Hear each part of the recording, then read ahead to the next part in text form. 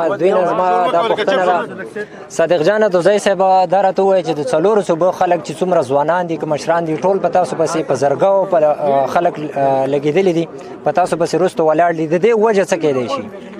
ورور د دې وجه لویه غټه وجه د انسان اخلاص دی د انسان عاجزي ده. اگه انسان دا وایي چې یاره زه ډېر پرایوش نه چته والا دي او دا ته په ایمان باندې زه درته وایم چې زه په هر ځوان باندې فخر کوم.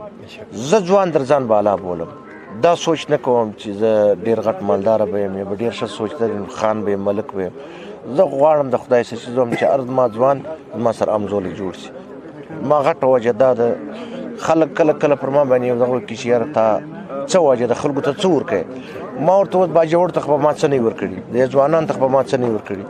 صرف د انسان د خپل د زړه او د تندي د خولې لاره دی تندي ګونجې دې لرې کړي انشاءالله الله د خپل کام دپاره چې یو انسان